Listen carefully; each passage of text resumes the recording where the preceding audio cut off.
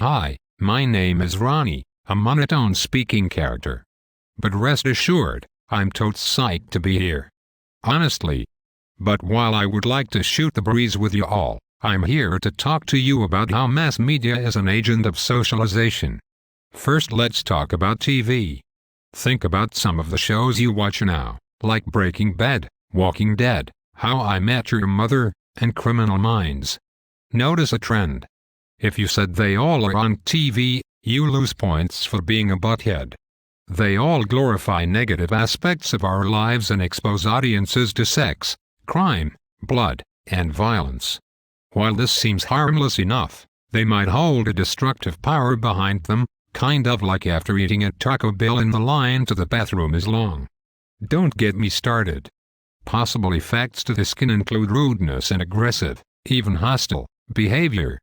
Children especially may be influenced by these kind of TV shows, and then they get bratty and loud and dull and repetitive and no one will like them. TV also disseminates information, which is extremely important to any form of socialization or interaction. Speaking of TV, movies aren't too far off on graphic and inappropriate tendencies. Movies, especially ones intended for children, often stereotype people and emphasize certain ideas and beliefs. For instance, look at the movie Hercules. The villain, Hades, has flaming hair, dark skin, yellow eyes, sharp teeth, and long pointy fingers. On the other hand, our hero Hercules is portrayed as handsome, strong, and always fights the bad guys. In addition to subjugating what's good and bad, movies also stereotype races and genders. Remember those crows from Dumbo? For certain reasons I'm sure everyone understands, I'm not going to go into detail on why they stereotype African Americans. Also, if you look at movies, not just Disney movies, but even the recent Batman movies, the female lead, while successful, is still pretty helpless at the hands of Joker Heath Ledger, and then Batman, the male hero, saves her. Still on the topic of violence, video games often subject us to often extreme amounts of violence and other topics. God of War is literally about killing people. Like legit, twisting the head off of a snake person and pulling a cyclops' eye out. Sounds yummy, right? Children who play these sort of games tend to become more aggressive. Think of it this way, you're a little kid who wants cookies but can't get them. But wait, remember the time you played Call of Duty and you shot someone in the face to get what you want? So that must mean to get what I want, I have to be aggressive and curb stomp my dog's face into the stove, right? Like movies, the main characters are often male, but sometimes female. Games tend to exaggerate certain male and female traits. Men in video games tend to be aggressive and violent. I mean, look at Marcus Phoenix from Gears of War. He's basically the definition of overly aggressive. On the other hand, women in video games are sexualized, having large busts and enough skin showing so it's to the point where they are basically wearing dental floss with pieces of paper on them. And it's not like video games affects the few kids who play it. 93% of American children, aged 12 to 17, play video games. 2/3 of that is while they're hanging out with friends and family. Another social agent is magazines. It encourages young girls to dress and act in certain ways. They also portray celebrities as role models, because hey, who doesn't want to be like Charlie Sheen? Can a brother relate?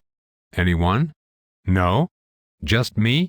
Alright then, while this may seem like a good thing, it actually causes a negative response and lowers self-esteem. Oh man, I'm not as skinny as Emily Browning. I must suck really bad.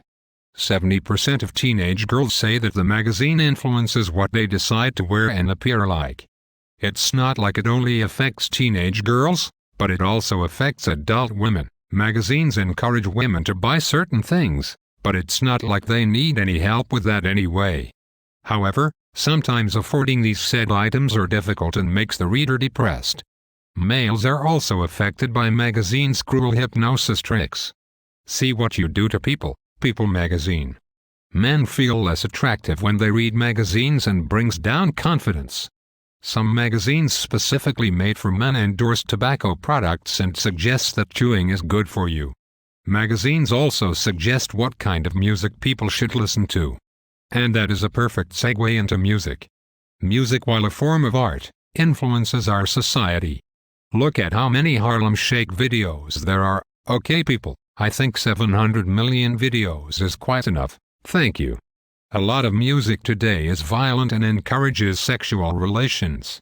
Since this is a PG video, we were just going to leave it at that. Music videos even influences how we dress too. 2 words, Lady Gaga. Another written form of media is newspapers. Similar to magazines, these advertise products and makes people want to buy and own these products. 2 for 1 at Dunkin' Donuts. Oh, I am so there.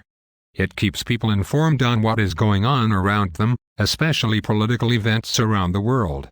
It helps shape our opinions on those who lead us, but let's be honest, you're going to complain about the government anyway. On a whole, they give us a true, honest opinion of society. The most popular newspapers out there is the New York Times and the Wall Street Journal. Unlike most forms of media, newspapers don't usually appeal to children, until they get to the comic section. Hectares. That cat is fat and doesn't do anything. I've never seen anything like that before. I should mention it's awfully hard to be sarcastic when I have no control in the pitch in my voice. Hint, hint. However, as time goes on, so does the newspaper, like the end of that one Hulk movie, except newspapers don't get angry and turn green. One of the reasons why newspapers are disappearing is also one of the reasons why you can see me here right now. Of course, the internet. Social networking, aka Facebook, aka please tell me every single thing that happened to you today because I obviously have nothing else better to do.com, isn't all that bad. It develops technological skills and literacy skills that are important later. ROFLIM. It also teaches people how to get along and how to manage your public identity. Apparently, a lot of people think they are ducks. However, since you are basically invisible amongst the internet, issues such as child predators are surfacing. On the bright side, the internet is a great learning tool, but puts the user at risk at being exposed to inappropriate content. And let's not forget about the kiddies. Children can interact with the internet like they interact on a playground, you know, besides the fact that they are sitting in a probably dim-lit room facing a computer screen with SpongeBob on it. Yay, the great outdoors. Joking aside, the internet can facilitate social interaction and cooperation, friendship, formation, and constructive group play. But what happens when it's just you and the internet? Wink wink, nudge nudge, say no more say no more? When a computer with internet possibilities, which is anything that beeps nowadays, is placed in a closed area like a bedroom instead of an open area like a family room, the user is more at risk at finding inappropriate content. Mommy, what is that monkey doing?